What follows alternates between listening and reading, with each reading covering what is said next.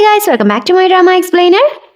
ഒരുപാട് വർഷങ്ങൾക്ക് ശേഷം ദൊങ്മാൻ ഒരു ഫൈറ്റിൽ വിജയിക്കുന്നതും നീ ഫൈറ്റ് ചെയ്യുന്നത് കാണാൻ ഞാൻ വരത്തില്ല എന്ന് പറഞ്ഞ ഏറെ അവിടെ വന്നതും എല്ലാം കാണിച്ചുകൊണ്ടായിരുന്നല്ലോ കഴിഞ്ഞ എപ്പിസോഡ് തീർന്നു പോയെ. അതിനുശേഷം എന്താ സംഭവിക്കുന്നത് നോക്കിയാലോ. പ്രസ്സും മീഡിയയും എല്ലാം അവരെ ഷൂട്ട് ചെയ്തോണ്ടിരിക്കുന്നുണ്ട്. എന്നാ ദൊങ്മാൻ അതൊന്നും കാര്യമാക്കുന്നില്ല. ഏറെയും വിളിച്ചുകൊണ്ട് അവിടുന്ന് പോകുവാണ് ചെയ്യുന്നത്. ഇപ്പൊ ഒരുപാട് കാലത്തിന് ശേഷം ദൊങ്മാൻ ഏറെയോടുള്ള ഫീലിങ്സ് തുറന്നു പറയുവാണ്. ഞാൻ ചെറുപ്പം മുതലേ നിന്റെ കൂടെ ഉണ്ടായിരുന്നു, പക്ഷേ അന്നൊന്നും എനിക്ക് ഇങ്ങനെ തോന്നിയിട്ടുണ്ടായിരുന്നില്ല. പക്ഷെ ഇപ്പൊ നിന്നെ കുറിച്ച് ആലോചിക്കുമ്പോ എനിക്ക് വേറെ തന്നെ ഒരു ഫീലിങ്സ് ആണ് വരുന്നത്. ഒന്നുകൂടെ ക്ലിയർ ആയിട്ട് പറയുവാണെങ്കിൽ നിന്നെ കിസ് ചെയ്യാനൊക്കെയാ തോന്നുന്നേ എന്ന് പറയുന്നു. ഇത് കേട്ട് എന്ത് ചെയ്യണമെന്ന് അറിയാൻ പാടില്ലാതെ ഏറാ നിനക്ക് എന്താടാ വട്ടാണോ, നിന്നെ കൊണ്ട് എങ്ങനെയാ ഇതെല്ലാം ഇങ്ങനെ വിളിച്ചു പറയാൻ പറ്റുന്നേ എന്ന് ചോദിക്കുകയും ചെയ്യുന്നു. ഇപ്പൊ എന്തായാലും സിറ്റുവേഷൻ ഓക്കെ ആയി വന്ന സ്ഥിതിക്ക് അവര് പ്രപ്പോസ് ചെയ്യുമായിരിക്കും എന്ന് നമ്മൾ വിചാരിക്കും. പക്ഷേ അത് സാധിക്കുന്നില്ല. അത് ഏറയുടെയും ദൊങ്മാന്റെയും പ്രശ്നം കൊണ്ടല്ല. അതിനു മുന്നേ കോച്ച് അവരുടെ ഇടയിലേക്ക് വരുവാണ്. ദൊങ്മാൻ ഏറയുടെ കൈ പിടിച്ച് നിൽക്കുന്ന സമയത്ത് കോച്ച് ദൊങ്മാന്റെ കൈ പിടിച്ച് നിൽക്കുവാണ്. അവരെ മനസമാധാനത്തോടെ ഒന്ന് പ്രപ്പോസ് ചെയ്യാൻ പോലും കോച്ച് സമ്മതിക്കുന്നില്ല. ഇവിടെ ഇതേ സമയം സോളിയെയും ജൂമാനെയും ഇന്റേൺ കണ്ടിട്ടുണ്ടായിരുന്നല്ലോ. തീർന്നു, ഇവളിനി നാളെ പോയി ഓഫീസിൽ എല്ലാവരോടും പറയുമായിരിക്കും എന്നവര് രണ്ടുപേരും വിചാരിക്കുന്നുണ്ട്. എന്നാൽ സംഭവിക്കുന്നത് എന്താന്ന് വെച്ചാൽ ഇന്റേൺ കള്ളു കുടിച്ച് കിറങ്ങിയിരിക്കുമായിരുന്നു. ഈ സമയത്താണ് സോളിയെയും ജൂമാനെയും കണ്ടത്. അവർക്ക് ആ സമയത്ത് ബോധം ഉണ്ടായിരുന്നില്ല. അങ്ങനെയൊക്കെ ആണെങ്കിലും ഇടയ്ക്കിടയ്ക്ക് അവരെ രണ്ടുപേരെയും ഒരുമിച്ച് കണ്ട കാര്യം വിളിച്ച് പറഞ്ഞുകൊണ്ടിരിക്കുകയും ചെയ്യുന്നുണ്ട്. ഈ സമയത്ത് ജൂമാൻ ഓടിപ്പോയി അവക്ക് കുടിക്കാൻ വേണ്ട വെള്ളം കൊണ്ടുവരുന്നത് കണ്ട് സോളി, നീ എന്തിനാ ഇതൊക്കെ ചെയ്യുന്നത്, നിനക്ക് ഇവളെ ഇഷ്ടമാണോ എന്ന് ചോദിക്കുന്നു. ഇവളെ എന്റെ ടീമിലുള്ളതല്ല, ഇതുപോലെ ഇവിടെ ഇട്ടിട്ട് പോകാൻ പറ്റില്ലല്ലോ എന്ന് ജൂമാനും ചോദിക്കുന്നു. ഇപ്പൊ ഇന്റേണിന്റെ അമ്മ കോൾ ചെയ്യുന്നു. കുറച്ച് സമയം കഴിയുന്നതും അവളെ കൂട്ടാൻ വേണ്ടി അമ്മ അങ്ങോട്ടേക്ക് വരികയും ചെയ്യുന്നു. സോളിയോടും ജൂമാനോടും താങ്ക്സ് പറഞ്ഞ് അവരോട് സംസാരിച്ചതിന് ശേഷമാണ് അമ്മ ഇന്റേണിനെ കൂട്ടിക്കൊണ്ടു പോകുന്നത്. ഇവിടെ ദൊങ്മാനെയും ഏറെയും കോച്ച് ഒറ്റയ്ക്ക് വിടാൻ ഉദ്ദേശിച്ചിട്ടില്ല എന്ന് തോന്നുന്നു. അതുകൊണ്ട് തന്നെ ഏറെ അവരോട്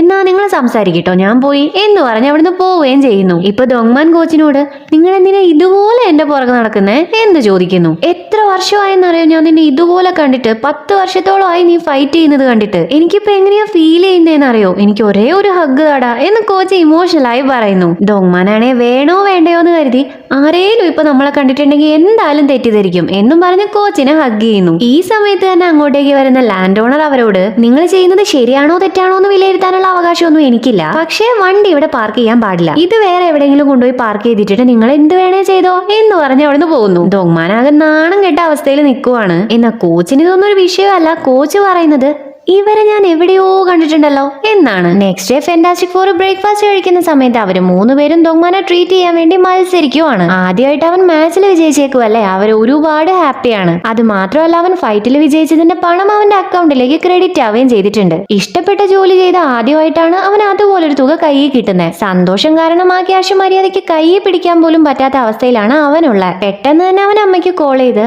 എല്ലാ പ്രാവശ്യവും നിങ്ങളല്ലേ എനിക്ക് ചെലവിന് പണം തരാറുള്ള, എന്നാ ഇത്തവണ ഞാൻ നിങ്ങൾക്ക് ചെലവിന് പണം അയച്ചു തരാൻ പോകുക. ഇനി മുതൽ നമ്മുടെ ലെവലേ മാറും, ഒന്നും പേടിക്കേണ്ട, അച്ഛനോട് എന്നെ വിശ്വസിക്കാനും പറ എന്നെല്ലാം അവൻ പറയുന്നുണ്ട്. അച്ഛനും അമ്മയും ആണെങ്കിൽ ഇവൻ എവിടുന്നായിരിക്കും പണം കിട്ടിയിട്ടുണ്ടാവുക, ഇവൻ എന്തായിരിക്കും ചെയ്യുന്നുണ്ടാവുക എന്നെല്ലാമാണ് പരസ്പരം ചോദിക്കുന്നത്. ഇവര് ഫോണിലൂടെ സംസാരിക്കുന്നതെല്ലാം ദൊങ്മാന്റെ അനിയത്തിയും കേട്ടിട്ടുണ്ടായിരുന്നു കേട്ടോ. അനിയത്തി അവനോട് സംസാരിക്കില്ലെങ്കിലും ആദ്യമായാണല്ലോ ദൊങ്മാൻ ഇത്രയും പണം സമ്പാദിച്ചിരിക്കുന്നത്. സോ അവക്ക് വേണ്ടിയും എന്തെങ്കിലും ചെയ്യണമെന്ന് കരുതി ദൊങ്മാൻ അവക്ക് ഷൂ ആണ് വാങ്ങുന്നത്. അതവൾക്ക് കൊണ്ടുപോയി കൊടുക്കുകയല്ല ചെയ്യുന്നത്. വീടിന്റെ അഡ്രസ്സിലേക്ക് ആ ഷൂ മെയിൽ ചെയ്യാനാണ് ദൊങ്മാൻ ഷോപ്പിലുള്ളവരോട് പറയുന്നത്. അടുത്തതായി അവൻ കോച്ചിന്റെ അടുത്തേക്കാണ് വരുന്നത്. അവനെ കാണുന്നതും കോച്ച് നാളെ നമുക്ക് ഇമ്പോർട്ടന്റ് ആയ ഒരു ഫെസ്റ്റിവൽ ഉണ്ട്, അത് അറ്റൻഡ് ചെയ്യാൻ വേണ്ടി പോണം എന്ന് പറയുന്നു. അതിന് യെസ് പറഞ്ഞ് അവൻ സംസാരിക്കുമ്പോഴാണ് ഒരു കസ്റ്റമർ അങ്ങോട്ടേക്ക് വരുന്നത്. കോച്ചിന് പണം കൊടുക്കാനായിട്ടാണ് ദൊങ്മാൻ ഉദ്ദേശിക്കുന്നത്. പക്ഷെ അതൊരിക്കലും ഡയറക്റ്റ് ആയിട്ട് കൊടുക്കാൻ പറ്റില്ല. കൊടുത്താലും കോച്ച് ഇത് വാങ്ങത്തൂല്ല. കാരണം ഒന്നും പ്രതീക്ഷിച്ചുകൊണ്ടല്ല കോച്ച് ദൊങ്മാന് വേണ്ടി ടൈമും പണവും സ്പെൻഡ് ചെയ്യുന്നത്. കോച്ച് പണം വാങ്ങത്തില്ല എന്നറിയാവുന്നത് കാരണം കസ്റ്റമേഴ്സ് ഒക്കെ പണം വെക്കുന്ന സ്ഥലത്ത് ഒന്നും അറിയാത്തതുപോലെ ദൊങ്മാൻ പണം വെച്ച് പോകുകയാണ് ചെയ്യുന്നത്. അപ്പോഴാണ് അവനും സമാധാനം കിട്ടുന്നത്. പിന്നെ സോളിക്കാണെങ്കിൽ ഈ ടോയ്സ് ഒക്കെ ഒരുപാട് ഇഷ്ടമാണ്. അതുകൊണ്ട് അവക്ക് വേണ്ടി ഒരു പിങ്ക് കളർ ബൊമ്മയാണ് ദൊങ്മാൻ വാങ്ങി കൊടുത്തേക്കുന്നത്. നെക്സ്റ്റ് വരുന്നത് ജൂമാൻ. ജൂമാൻ ഒരുപാട് ഗെയിംസ് കളിക്കുന്ന ആളാണ്. അവൻ ഒരുപാട് കാലമായിട്ട് ഒരു ഗെയിമിലെ എക്യുപ്മെന്റ്സ് കളക്ട് ചെയ്യണമെന്ന് വിചാരിച്ചിരിക്കുവായിരുന്നു. എന്നാൽ പണം വേണം എന്നത് കാരണം അത് ചെയ്തിട്ടുണ്ടായിരുന്നില്ല. സോ ദൊങ്മാൻ അതാണ് ജൂമാന് വേണ്ടി ഗിഫ്റ്റ് ആയി കൊടുക്കുന്നത്. ജൂമാൻ ഒരുപാട് ഹാപ്പി ആവുന്നു. അങ്ങനെ എല്ലാവർക്കും അവൻ ഗിഫ്റ്റ് കൊടുത്തിട്ടുണ്ട്. എന്നാൽ ഏറെക്ക് ഒരു ഗിഫ്റ്റ് പോലും കൊടുത്തിട്ടില്ല. നീ എന്താടാ എനിക്ക് ഗിഫ്റ്റ് ഒന്നും വാങ്ങി തരാത്തെ, എനിക്ക് ഗിഫ്റ്റ് ഒന്നും ഇല്ലേ എന്ന് ഏറെ ചോദിക്കുന്നു. നിനക്ക് ഈ ടോയ്സും ഗെയിംസും ഒന്നും ഇഷ്ടമല്ലല്ലോ, സോ നിനക്ക് എന്ത് വാങ്ങാനാ,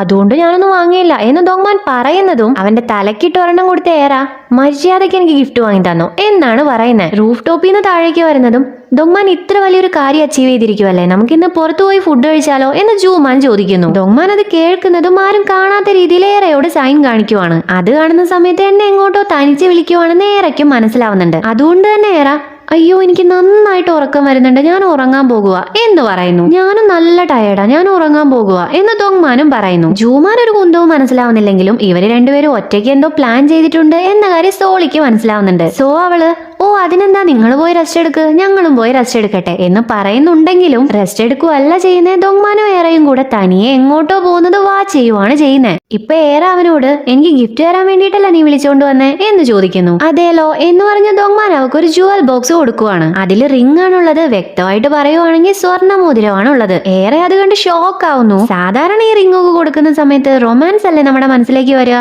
അതുപോലെ തന്നെയാണ് ഏറെയും വിചാരിക്കുന്നത്. പക്ഷേ ദോങ്മാന്റെ ചിന്ത ടോട്ടലി ഡിഫറെന്റ് ആണ്. സ്വർണ്ണം എന്ന് പറയുന്നത് ഇൻവെസ്റ്റ്മെന്റ് ആണ്. നിനക്ക് എന്തെങ്കിലും പ്രശ്നം വന്നാലോ അല്ലെങ്കിൽ പണത്തിന് ആവശ്യം വന്നാലോ ഈ റിംഗ് വിറ്റാ മതി. ഓരോ ദിവസവും സ്വർണത്തിന്റെ പ്രൈസ് കൂടി കൂടി വരുക എന്നെല്ലാമാണ് അവൻ പറയുന്നത്. അവന്റെ കാരണം കേൾക്കുന്ന ഏറാ, ആടാ നീയൊക്കെ റൊമാൻറ്റിക് ആവുമെന്ന് വിചാരിച്ച് എന്നെ പറഞ്ഞാ മതിയല്ലോ, എന്തേലും ആവട്ടെ റിംഗ് അല്ലേ എന്ന് കരുതി അവള് റിംഗ് കയ്യിലിടാൻ നിൽക്കുന്നുണ്ട്. എന്നാൽ അതിനും പറ്റുന്നില്ല. അവൻ അവന്റെ സൈസിനനുസരിച്ചാണ് ആ മോതിരം വാങ്ങി വന്നേക്കുന്നത്. പിന്നെ ഏറെ എന്ത് പറയാനാണ്, സഹിക്കുക അത്ര തന്നെ. നെക്സ്റ്റ് ഡേ ജൂമാൻ വർക്ക് ചെയ്യുന്ന കമ്പനിയിൽ ഒരു ആഡിന്റെ ഷൂട്ട് നടക്കുവാണ്. കിംചിയുടെ ആഡാണ്. ആ ആഡ് ഷൂട്ട് ചെയ്യുന്ന സമയത്ത് അതിലൊരു ആർട്ടിസ്റ്റിന് കിംചി കഴിച്ച അലർജിക് റിയാക്ഷൻ ഉണ്ടാകുവാണ്. അത് ജൂമാന്റെ കമ്പനിയുടെ റേറ്റിംഗിനെ ബാധിക്കുന്ന കാര്യമാണ്. സോ ആ ആർട്ടിസ്റ്റിന് പകരം ജൂമാനും ഇന്റേണും അഭിനയിക്കുന്നു. അതും കപ്പിൾസ് ആയിട്ടാണ് അഭിനയിക്കുന്നത്. ഇതെല്ലാം ലൈവ് സ്ട്രീം ചെയ്തുകൊണ്ടിരിക്കുവാണ്. ഇത് കറക്റ്റ് സോളി കാണുകയും ചെയ്യുന്നു. അവക്ക് നന്നായിട്ട് ദേഷ്യം വരുന്നു. കോൾ ചെയ്തിട്ടുണ്ടായിരുന്ന കസ്റ്റമറേയും ചീത്ത പറഞ്ഞ് ആ കോളും കട്ട് ചെയ്ത് നേരെ അവൾ ആഡ് ഷൂട്ട് ചെയ്യുന്ന സ്ഥലത്തേക്ക് വരുവാണ്. ജൂമാൻ ആകെ ഞെട്ടി പോകുന്നുണ്ട്. ഇതുപോലെ സോളിയുടെ വിസിറ്റ് അവൻ തീരെ പ്രതീക്ഷിച്ചിട്ടുണ്ടായിരുന്നില്ല. ജൂമാൻ മാത്രമല്ല കോവർക്കേഴ്സ് എല്ലാവരും കൺഫ്യൂഷനിലാണ്. ഇവളെന്തിനാ അങ്ങോട്ട് പോയേക്കുന്നേ എന്നാണ് എല്ലാവരും ചിന്തിക്കുന്നത്. എന്നാൽ സോളി ടൈം വേസ്റ്റ് ചെയ്യുന്നില്ല. ജൂമാന്റെയും ഇന്ത്യന്റെയും നടുക്ക് വന്ന് നിന്ന് അവർക്ക് പകരം ഇവൾ ആ ആഡിൽ അഭിനയിക്കുവാണ് ചെയ്യുന്നത്. സോളിയുടെ നല്ല സമയം എന്ന് വേണം പറയാൻ. ആ ആഡ് സെക്കൻഡുകൾ കൊണ്ട് ഹിറ്റ് ആവുകയാണ് ചെയ്യുന്നത്. അവരുടെ കമ്പനിയിലേക്ക് കിംചി ഓർഡർ ചെയ്യാൻ വേണ്ടി ഒരുപാട് ഫോൺ കോൾസ് വരാൻ തുടങ്ങി. അതും സോളിയുടെ അഭിനയം കാരണം. ഇവിടെ ഏറെയാണെ ഒരു പുതിയ ഇന്റർവ്യൂ അറ്റൻഡ് ചെയ്യാൻ വേണ്ടി വന്നേക്കുവാണ്. പക്ഷെ ഇവിടെ പ്രശ്നം എന്താന്ന് വെച്ചാൽ ഏറയ്ക്ക് മുന്നേ തന്നെ അവിടെ ഹെയറാൻ എത്തിയിട്ടുണ്ട്. ഹെയറാൻ അവിടെയുള്ള സ്ഥിതിക്ക് ഇനി പറയേണ്ട ആവശ്യമില്ലല്ലോ. ഏറെ ഇനി എത്ര നന്നായിട്ട് പെർഫോം ചെയ്താലും എന്തെങ്കിലുമൊക്കെ കാരണം പറഞ്ഞ് അവൾ ആ ഇന്റർവ്യൂവിൽ നിന്നും റിജക്ട് ചെയ്യും എന്ന കാര്യം ഉറപ്പാണ്. അതുപോലെ തന്നെയാണ് ഇവിടെയും നടക്കുന്നത്. നിനക്ക് എക്സ്പീരിയൻസും ഇല്ല, അതുപോലെ വിദ്യാഭ്യാസവും ഇല്ല, മാത്രമല്ല നിനക്ക് ഏജും കൂടുതലാണ് എന്നൊക്കെ പറഞ്ഞ് അവളുടെ പെർഫോമൻസ് കാണുക പോലും ചെയ്യാതെ അവളെ അവിടുന്ന് പറഞ്ഞയക്കുവാണ് അവർ ചെയ്യുന്നത്. കേറാൻ അവളുടെ അടുത്തേക്ക് വന്ന് നീ എന്തിനാ ഒരു ആവശ്യവും ഇല്ലാതെ കഷ്ടപ്പെടുന്നേ, നീ എത്ര തന്നെ ട്രൈ ചെയ്താലും ഒരിക്കലും നിനക്ക് എന്നെ വിജയിക്കാൻ പറ്റില്ല എന്ന് ഏറയോട് പറയുന്നു. ഏറാ നിനക്കൊരു കാര്യം അറിയോ, ഒന്നാമതെത്തുന്നവർ അടിപൊളിയായിരിക്കും എന്നാണ് ഞാനൊക്കെ വിചാരിച്ചിട്ടുണ്ടായിരുന്നത്. എന്നാൽ അതൊക്കെ വെറും പൊട്ടത്തെറ്റായിരുന്നു എന്ന് നിന്നെ കണ്ടതിന് ശേഷമാണ് എനിക്ക് മനസ്സിലായത്. എങ്ങനെ നോക്കിയാലും നിന്നെക്കാ ബെറ്റർ ആണ് ഞാൻ. പെട്ടെന്ന് തന്നെ ഞാനും സക്സസ്ഫുൾ ആവും. നിന്റെ ഫേസിൽ ഈ ചിരി ആ സമയത്ത് ഉണ്ടാവുമെന്ന് എനിക്ക് കാണണം എന്ന് കോൺഫിഡന്റ് ആയി പറയുന്നു. ഏറെ എങ്ങോട്ട് പോയാലും അവക്ക് പ്രശ്നം ഉണ്ടാക്കാൻ വേണ്ടി അവളെ ഫോളോ ചെയ്ത് നടക്കലാണ് ഹെയറാന്റെ ഹോബി. ആ ഒരു ദേഷ്യത്തിൽ ഏറെ ദോങ്മാനെ കോൾ ചെയ്ത് നീ എവിടെയാ എന്ന് ചോദിക്കുന്നു. ഞാനൊരു ഫെസ്റ്റിവൽ അറ്റൻഡ് ചെയ്യാൻ വേണ്ടി വന്നിരിക്കുക എന്ന് ദോങ്മാനും പറയുന്നു. എന്നാ ഞാൻ അങ്ങോട്ട് വരുന്നുണ്ട് എന്നൊക്കെ പറഞ്ഞ് അവള് സംസാരിക്കുന്നത് ഹെയറാൻ കേൾക്കുന്നുണ്ട്. ഇവിടെ കമ്പനിയിൽ സോളിയോട് അവളുടെ സീനിയേഴ്സ് സംസാരിക്കുവാണ്. അവൾ എടുത്തു ചാടി ചെയ്തതാണെങ്കിലും ആഡ് വിജയിച്ചിട്ടുണ്ട്. ഈ സമയത്താണ് അവർ വിറ്റുകൊടുത്ത പ്രൊഡക്റ്റിന്റെ ഹെഡ് അങ്ങോട്ട് വന്ന് ഇന്ന് നിങ്ങൾ എല്ലാവരും നന്നായിട്ട് വർക്ക് ചെയ്തിട്ടുണ്ട്, എല്ലാ പ്രൊഡക്റ്റും വിറ്റുപോയിട്ടുണ്ട് എന്നൊക്കെ പറഞ്ഞ് സംസാരിക്കുന്നത്. അവരാരാണെന്നറിയോ, ഈ ഇന്റേണിന്റെ റിലേറ്റീവ് ആണ്. ഇന്റേണിന്റെ അമ്മ ഈ ഹെഡിന് ജൂമാനെ റെക്കമെൻഡ് ചെയ്തത് കാരണമാണ് ഈ ആഡ് മാനേജ് ചെയ്യാൻ വേണ്ടി ജൂമാന് ചാൻസ് കിട്ടിയത്. ഹെഡിന്റെ കൂടെ തന്നെ ഇന്റേണിന്റെ അമ്മയും ഉണ്ട്. അവര് സോളിയെയും ജൂമാനെയും കാണുന്നതും ഇന്നലെ നിങ്ങളെ രണ്ടുപേരെയും അല്ലായിരുന്നു രാത്രി ഞാൻ ഒരുമിച്ച് കണ്ടിട്ടുണ്ടായിരുന്നേ എന്ന് ചോദിക്കുന്നു. ഇത് കേൾക്കുന്നതും ടീമിലുള്ള എല്ലാവരും നിങ്ങൾ രണ്ടുപേരും എങ്ങനെയാ ഒരുമിച്ചത്, നിങ്ങൾ രണ്ട് നെയ്ബേഴ്സ് ആണോ എന്നൊക്കെ സോളിയോടും ജൂമാനോടും ചോദിക്കുന്നുണ്ട്. ചോദിക്കുവല്ല, കുത്തി ചോദിച്ച് ടോർച്ചർ ചെയ്യുവാണ് ചെയ്യുന്നത്. സോളിക്ക് ദേഷ്യം വന്ന് അതെ ജൂമാൻ എന്റെ ബോയ് ഫ്രണ്ട് ആണ്, ഞങ്ങൾ രണ്ടുപേരും റിലേഷനിലാണ് എന്നൊക്കെ പറയണമെന്ന് വിചാരിക്കുന്നുണ്ട്. എന്നാൽ പിന്നീട് ജൂമാൻ എന്തെങ്കിലും പ്രശ്നമായാലോ എന്ന് കരുതി അവൾ ഒന്നും മിണ്ടാതിരിക്കുവാണ് ചെയ്യുന്നത്. കുറച്ച് കഴിയുന്നതും എല്ലാവരും സോളിയെ മോശക്കാരിയാക്കി ചിത്രീകരിക്കാൻ തുടങ്ങുന്നതും ജൂമാൻ സംസാരിക്കാൻ തുടങ്ങുവാണ്. സോളി എന്റെ ഗേൾഫ്രണ്ട് ആണ്, ഞങ്ങൾ 6 വർഷമായിട്ട് റിലേഷനിലാണ്, പറ്റുവാണെങ്കിൽ പെട്ടെന്ന് തന്നെ കല്യാണം കഴിക്കണം എന്നാണ് ഞങ്ങൾ വിചാരിക്കുന്നത് എന്നെല്ലാം പറഞ്ഞ് അവൻ അവിടെയുള്ള എല്ലാവർക്കും ഷോക്ക് കൊടുക്കുവാണ്. സോളിയാണെങ്കിൽ അതിനേക്കാൾ വലിയ ഷോക്കിലാണ്. ഇത്ര പെട്ടെന്ന് ഇതെല്ലാം പബ്ലിക് ആവും എന്ന് അവള് വിചാരിച്ചിട്ടുണ്ടായിരുന്നില്ല. ഇവിടെ നമ്മുടെ ഏറെ ദൊങ്മാനുള്ള സ്ഥലത്തേക്ക് വന്നിരിക്കുവാണ്. പറഞ്ഞ പോലെ തന്നെ അവിടെ ഫംഗ്ഷൻ നടക്കുന്നുണ്ട്. ഹോസ്റ്റ് ആ പ്രോഗ്രാം മാനേജ് ചെയ്യുകയും ചെയ്യുന്നുണ്ട്. എന്നാൽ പ്രശ്നം എന്താന്ന് വെച്ചാൽ ഹോസ്റ്റ് ഡ്രിങ്ക് ചെയ്തത് കാരണം പരിപാടി കയ്യിൽ നിന്ന് പോകാനുള്ള എല്ലാ സാധ്യതയും ഉണ്ട്. വൊമിറ്റ് ചെയ്യാൻ കൂടെ പോകുന്നതും ഫംഗ്ഷൻ പകുതി വെച്ച് കട്ടാവുകയാണ്. ഫംഗ്ഷൻ പകുതി വെച്ച് നിന്നുപോയ ആരും കൂൾ ആയിട്ടിരിക്കില്ലല്ലോ. എല്ലാവരും ബാക്ക് സ്റ്റേജിലേക്ക് വന്ന് ബഹളം ഉണ്ടാക്കിക്കൊണ്ടിരിക്കുവാണ്. അതും ഈ ഫംഗ്ഷൻ അറ്റൻഡ് ചെയ്യാൻ വേണ്ടിയിട്ട് ഗസ്റ്റ് ആയിട്ട് ഗവർണറാണ് വരുന്നത്. സോ ഒരിക്കലും പരിപാടി ചളവാക്കാൻ പറ്റില്ല. എങ്ങനെ ഈ പരിപാടി നല്ല രീതിയിൽ മുന്നോട്ട് കൊണ്ടുപോകാം എന്ന് എല്ലാവരും കൂടെ ആലോചിച്ചുകൊണ്ടിരിക്കുന്ന സമയത്താണ് ഏറെ വന്നിരിക്കുന്നത് ദൊങ്മാൻ നോട്ട് ചെയ്യുന്നത്. ഈ പ്രശ്നം പരിഹരിക്കാൻ ഏറയ്ക്ക് മാത്രമേ അവിടെ സാധിക്കുകയുള്ളൂ. സോ അവളെ ഈ കാര്യം ഏൽപ്പിക്കുവാണ്. ഇപ്പൊ എന്താ പ്രശ്നം എന്ന് വെച്ചാൽ ഹോസ്റ്റ് കള്ളു കുടിച്ച് ബോധമില്ലാതെ അയക്കുവാണ്. സ്പെഷ്യൽ ആയിട്ട് ഒരു സിംഗറും വരാനുണ്ട്. എന്നാൽ സിംഗറും ഇവിടെ എത്തിയിട്ടില്ല, ഡിലേ ആവും എന്നാണ് പറയുന്നത്. ഏറ്റവും കുറഞ്ഞത് 20 മിനിറ്റെങ്കിലും ഓഡിയൻസിനെ പിടിച്ചിരുത്തുക എന്നതാണ് ഏറയ്ക്കുള്ള ടാസ്ക്. അവള് ഹാപ്പി, കാരണം മൈക്ക് പിടിക്കാൻ പോകുവാണ്. അപ്പൊ 20 മിനിറ്റ് എനിക്കുള്ളതല്ലേ, എന്ത് സംഭവിച്ചാലും ആരും സ്റ്റേജിലേക്ക് വരാൻ നിൽക്കരുത് എന്ന് ഓർഗനൈസേഴ്സിനോട് പറഞ്ഞ് ഏറെ അവിടെയുള്ള ഓഡിയൻസിനെ നോട്ട് ചെയ്യുന്നു. വേണോ വേണ്ടയോ എന്ന് കരുതിയാണ് എല്ലാവരും അവിടെ ഇരിക്കുന്നത്. എന്നാൽ ഏറെ എല്ലാവരോടും ഡയറക്റ്റ് ആയി ഇന്ററാക്ട് ചെയ്യുന്നതും ഓഡിയൻസ് കുറച്ച് ഇംപ്രസ്ഡ് ആവുന്നുണ്ട്. അതിൽ ചിലര്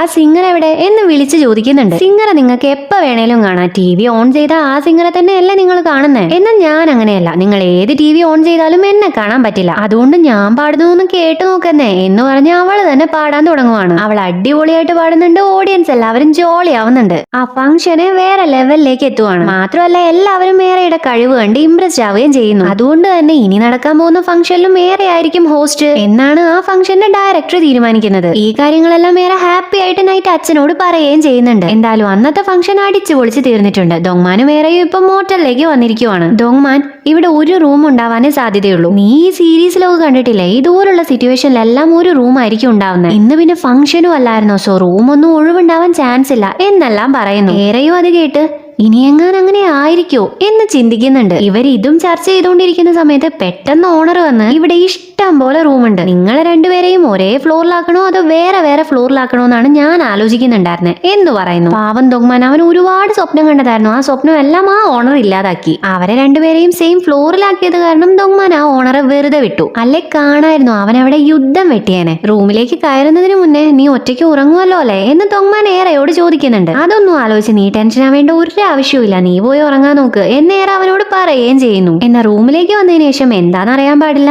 ആരോ അവളെ വാച്ച് ചെയ്യുന്നത് പോലെ ഉണ്ട്. ദൈവമേ, ഇനി അങ്ങ് വല്ല ക്യാമറ ഉണ്ടാകുമായിരിക്കോ എന്ന് കരുതി അവൾ അവിടെ മുഴുവൻ നോക്കുന്നുണ്ട്. എന്നാ അവിടെ ക്യാമറ അല്ല, പാറ്റയാണുള്ളത്. അതിനെ കാണുന്നതും അവൾ അലറി കൂവുന്നു. ഇവള് കരയുന്ന സൗണ്ട് കേൾക്കുന്നതും പുറത്തുനിന്ന് ദോങ്മാൻ അവളെ വിളിക്കുന്നുണ്ട്. ഏറെ രക്ഷിക്കാൻ വേണ്ടിയാണ് അവൻ വന്നേക്കുന്നത് എന്നൊക്കെ നമുക്ക് തോന്നും. പക്ഷെ അങ്ങനെയല്ല, അവന്റെ റൂമിലും പാറ്റയുണ്ട്. അതിനെ പേടിച്ചിട്ടാണ് അലറി കൂവി അവൻ ഏറെയുടെ റൂമിലേക്ക് വന്നേക്കുന്നത്. അവന്റെ അലർച്ച കേട്ട് ഇതിലും ഭേദം ഞാനാ എന്നേറെ ചിന്തിക്കുകയും ചെയ്യുന്നു. കൂടെ ദോങ്മാനോട് അവന്റെ റൂമിലേക്ക് പോകാനും അവള് പറയുന്നു. എന്നാൽ അവൻ ഒരിക്കലും പോവില്ല എന്നുള്ള വാശിയിലാണ്. ഏറെയാണേലും അവനെ പറഞ്ഞയച്ചേ തീരൂ എന്ന വാശിയിലുമാണ് ഉള്ളത്. ദോങ്മാൻ, നീ ഇപ്പൊ എന്തിനാ ഈ ഓവറായിട്ട് റിയാക്ട് ചെയ്യുന്നേ? നമ്മൾ ഇതിനു മുന്നും ഒരേ ബെഡിൽ ഉറങ്ങിയിട്ടില്ലേ, ഇതൊക്കെ ഇത്ര വലിയ സീനാണോ എന്ന് ചോദിക്കുന്നു. അന്നത്തെ പോലെയല്ല ഇന്ന് എന്ന് ഏറെ പറയുന്നതും അങ്ങനെയാണോ, അങ്ങനെയാണെങ്കിൽ നീ പറ, എന്ത് വ്യത്യാസം നമുക്കിടയിൽ വന്നിട്ടുള്ള എന്ന് ചോദിച്ച് ദോങ്മാൻ അവളെ ടീസ് ചെയ്യുന്നു. എന്നാ ഇനി അത് എക്സ്പ്ലെയിൻ ചെയ്ത് കൂടുതൽ അളിയണ്ടെന്നാണ് ഏറെ വിചാരിക്കുന്നത്. ഇവിടെ ഹേറാനാണെ ദോങ്മാന്റെ ഡോറിൽ മുട്ടുവാണ്. അവിടെ ആരുമില്ല. ഏറെ വിളിച്ചു നോക്കുന്ന സമയത്ത് അവളെയോ അവിടെ കാണുന്നില്ല. ഏറെ ഫോണിൽ സംസാരിക്കുന്നത് അവൾ കേൾക്കുകയും ചെയ്തിട്ടുണ്ടായിരുന്നല്ലോ. അവർ ഒരുമിച്ചായിരിക്കും താമസിക്കുന്നത് എന്ന ചിന്തയിൽ ഹേറാൻ ദേഷ്യത്തിൽ അവര് താമസിക്കുന്ന സ്ഥലത്തേക്ക് തിരിക്കുവാണ്. ഇപ്പൊ മോർണിംഗ് ആയിട്ടുണ്ട്. ഏറെയുടെ റൂം ആകെ അലങ്കോലമായി കിടക്കുവാണ്. രാത്രി മുഴുവൻ ഇരുന്ന് കള്ളു കുടിക്കലായിരുന്നു അവളുടെ പരിപാടി. അതിന്റെ ബോട്ടിലാണ് റൂമിൽ മുഴുവനുള്ള. തൊട്ടടുത്താണ് ദോങ്മാനും ഉറങ്ങുന്നുണ്ട്. ഏറയ്ക്ക് ഒന്നും മനസ്സിലാവുന്നില്ല, രാത്രി എന്താ സംഭവിച്ചതെന്ന് ഒരു ഐഡിയയും ഇല്ല. ദൈവമേ, ഇനിയെങ്ങാൻ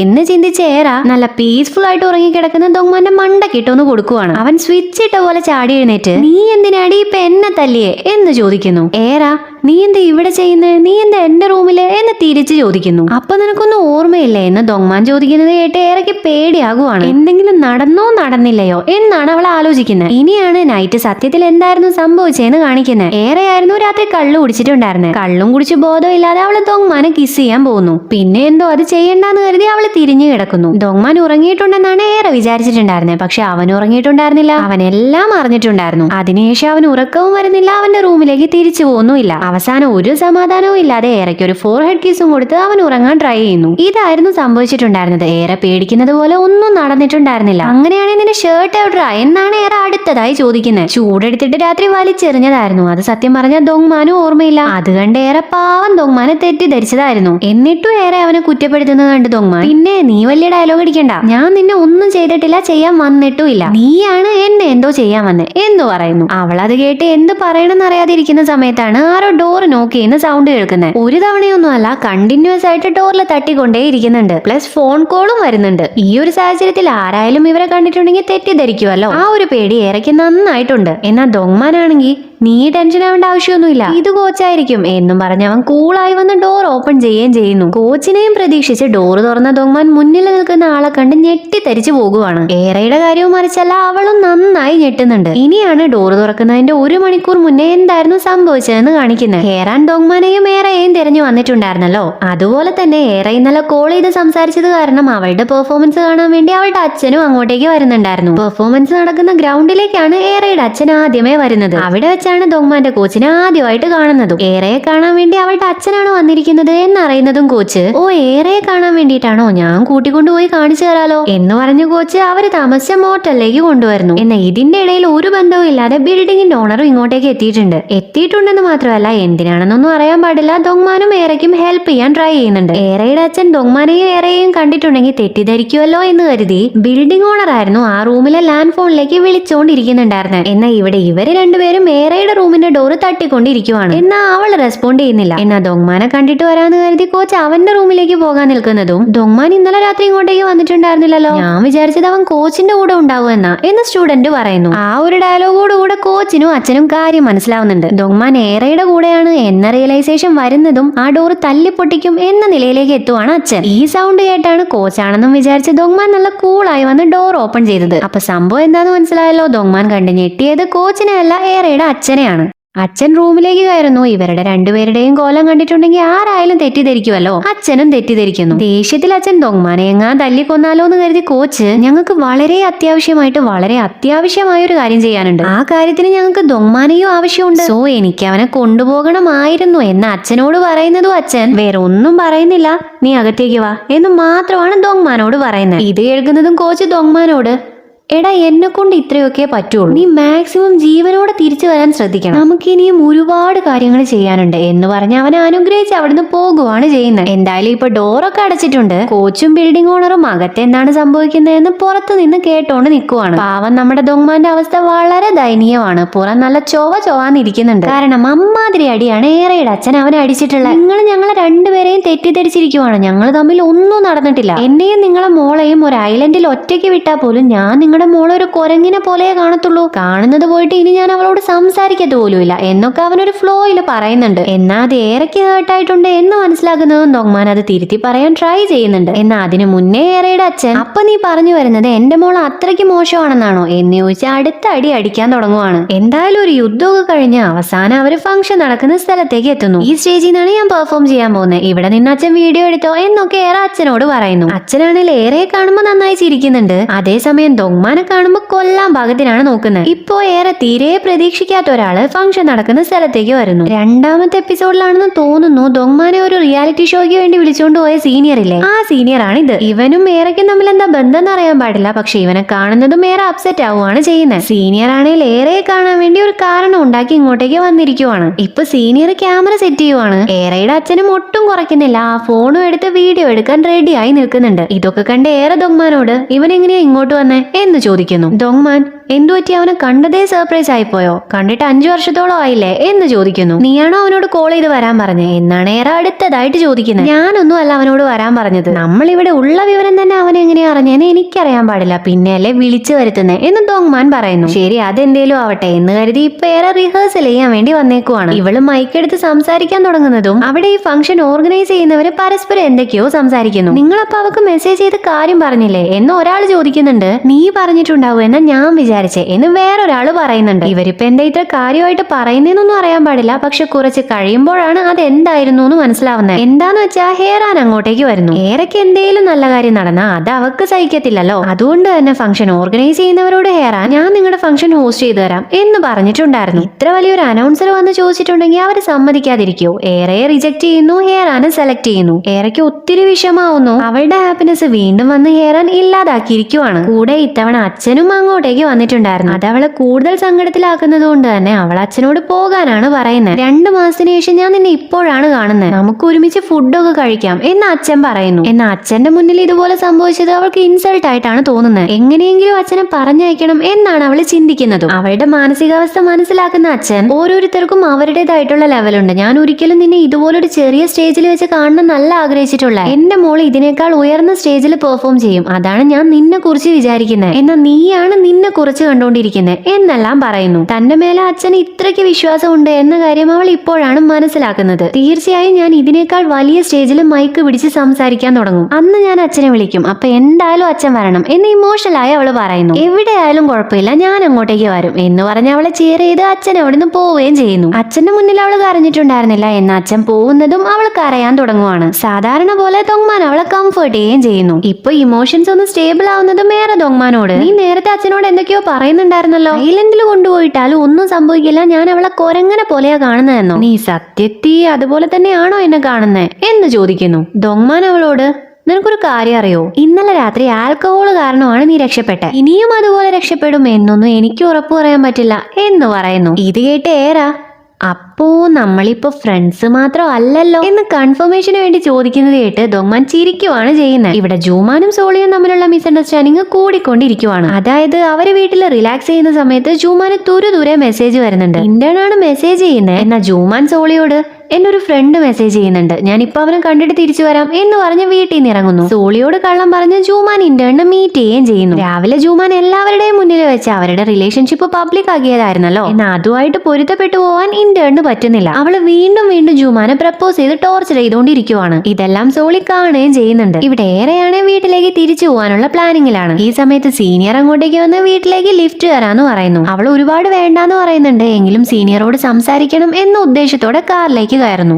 ഏറാ, ഞാൻ ഇവിടെയാണുള്ളതെന്ന് നിനക്ക് എങ്ങനെയാ മനസ്സിലായ എന്ന് ചോദിക്കുന്നു. എന്നോട് ദൊങ്മാൻ പറഞ്ഞതാ എന്ന് പറഞ്ഞ് സീനിയർ കള്ളം പറയുന്നു. എന്നാൽ പിന്നീട് അവന്റെ സെർച്ച് ഹിസ്റ്ററി കാണുന്ന സമയത്താണ് ഏറെയെ സോഷ്യൽ മീഡിയയിൽ അവൻ സ്റ്റോക്ക് ചെയ്തുകൊണ്ടിരിക്കുവായിരുന്നു എന്ന കാര്യം ഏറയ്ക്ക് മനസ്സിലാവുന്നത്. ഇത് കാണുന്നതും ദേഷ്യത്തോടെ ഏറാ, ഇനി ഇതുപോലെ ചീപ്പ് പരിപാടിയും കൊണ്ട് എന്റെ അടുത്തേക്ക് വരാൻ നിൽക്കരുത് എന്ന് പറഞ്ഞ് ദൊങ്മാന്റെ അടുത്തേക്ക് തന്നെ തിരിച്ചു പോകുന്നു. ഇതേ സമയം ഇവിടെ സോളി ഇന്റേണുമായിട്ട് സംസാരിക്കുവാണ്. ഇതൊന്നും അങ്ങനെ വിട്ടുകൊടുക്കാൻ പറ്റുന്ന കാര്യമല്ലല്ലോ. സോളി, ജൂമാൻ എല്ലാ സത്യവും പറഞ്ഞിട്ട് നീ എന്തിനാ ഇതുപോലെ ബിഹേവ് ചെയ്തുകൊണ്ടിരിക്കുന്നത് എന്ന് ചോദിക്കുന്നു. ഇത്രയും കാലം ഇന്റേൺ ഒരു ഉത്തമയായ പെൺകുട്ടി എന്ന പോലെ ആയിരുന്നല്ലോ സംസാരിച്ചിട്ടുണ്ടായിരുന്നത്. എന്നാൽ ഇപ്പൊ തൊട്ട് ക്യാരക്ടർ ടോട്ടലി മാറുവാണ്. ജൂമാനെ വിട്ടുതരാൻ ഞാൻ ഉദ്ദേശിച്ചിട്ടില്ല, ആരാ ജയിക്കുന്നതെന്ന് നമുക്ക് നോക്കാം എന്നാണ് ഇന്റേൺ പറയുന്നത്. സോളിയും വാശിയിലാണ്. അവക്കും ഇത് അംഗീകരിച്ചു കൊടുക്കാൻ പറ്റുന്ന കാര്യമല്ല. ഈ നടന്ന കാര്യങ്ങളെ കുറിച്ച് സോളിക്ക് ജൂമാനോട് ഒന്നും തന്നെ പറയാൻ പറ്റുന്നില്ല. ജൂമാനും സോളി കഷ്ടപ്പെടാൻ പാടില്ല എന്ന് കരുതി അവൾ അറിയാതെയാണ് എല്ലാ കാര്യവും ചെയ്തുകൊണ്ടിരിക്കുന്നത്. ഇത് പ്രശ്നം വഷളാക്കത്തേ ഉള്ളൂ എന്ന് അവൻ അറിയുന്നുമില്ല. ഇവിടെ ഹേറാനാണെങ്കിൽ ഇന്റേണിനേക്കാൾ ശല്യമാണ് ഉണ്ടാക്കിക്കൊണ്ടിരിക്കുന്നത്. ദൊങ്മാൻ ഒരു തരത്തിലും സമാധാനം കൊടുക്കില്ല എന്ന വാശിയിലാണ് അവള്. എന്നെ നീ വീണ്ടും ഡേറ്റ് ചെയ്യോ ഇല്ലയോ എന്ന് ഹേറാൻ വീണ്ടും ദൊങ്മാനോട് ചോദിക്കുന്നു. ഞാൻ 5 വർഷം മുന്നേ നിന്നെ സ്നേഹിച്ചിരുന്നു എന്നുള്ളത് സത്യമാണ്. നീയായിരുന്നു എന്റെ ഫസ്റ്റ് ലവ്. പക്ഷേ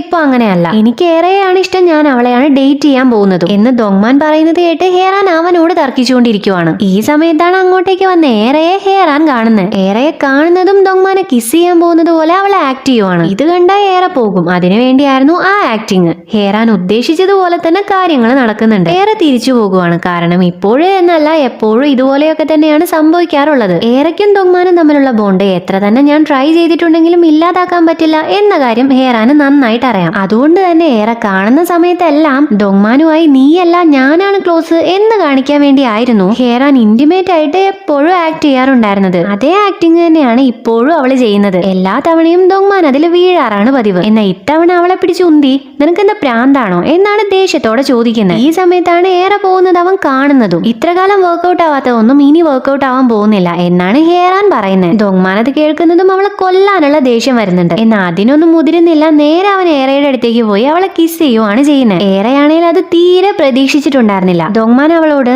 ഇനി എനിക്ക് നിന്നെ നഷ്ടപ്പെടാൻ ഞാൻ സമ്മതിക്കില്ല. ഇത്ര കാലം ഞാൻ നിന്നോടൊന്നും പറഞ്ഞിട്ടുണ്ടായിരുന്നില്ല, പക്ഷെ ഇപ്പൊ എന്റെ ഫീലിംഗ്സ് എന്താണെന്ന് നിനക്ക് മനസ്സിലായിട്ടുണ്ടാവുമല്ലോ. നമുക്ക് ഒഫീഷ്യലായിട്ട് ഡേറ്റ് ചെയ്യാം. ഈ സെക്കൻഡ് മുതൽ നീ എന്റെ ഗേൾഫ്രണ്ട് ആണ് എന്നെല്ലാം അവൻ പറയുന്നതും ഏറെ ഒന്നും മിണ്ടുന്നില്ല. ചുമ്മാ തലയാട്ടോ മാത്രമാണ് ചെയ്യുന്നത്. ഇതോടുകൂടെ എപ്പിസോഡ് 9ഉം 10ഉം തീരുവാണ്. ഓക്കെ, അപ്പൊ വീഡിയോ ഇഷ്ടപ്പെട്ടിട്ടുണ്ടെങ്കിൽ ലൈക്ക് ചെയ്യുക, കമന്റ് ചെയ്യുക, സബ്സ്ക്രൈബ് ചെയ്യുക.